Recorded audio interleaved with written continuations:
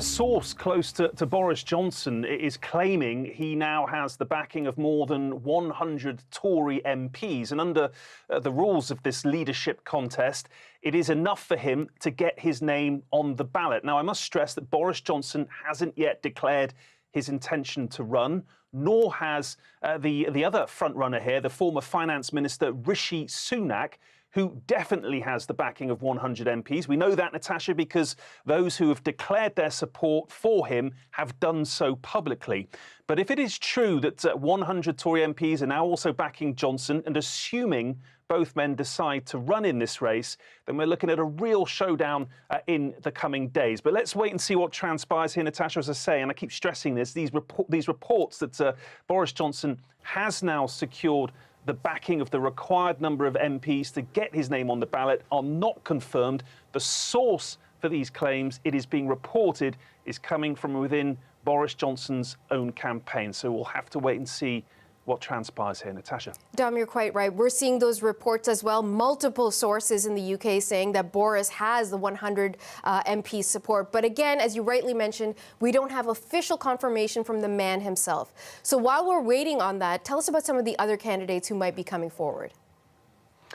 Well, so far, Natasha, only one person has officially thrown their hat into the ring here, and that's the leader of the House of Commons, Penny Mordaunt. She has the backing of 20 or so MPs, so well short of the 100 that is required. But there is still time. There's still 48 hours or so to go, and she's wasting none of it. Indeed, this morning she released a rather polished campaign video.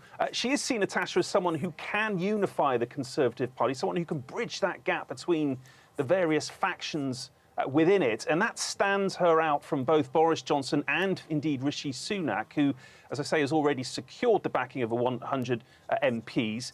Among them is Dominic Raab, who, interestingly, was Deputy Prime Minister under Boris Johnson. Take a listen to what he had to say. I think the critical issue here is going to be the economy.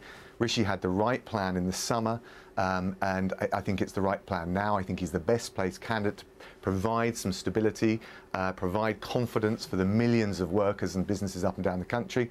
But I also think he's the right candidate to bring the party together with a government of all of the talents to just relentlessly deliver for the British people.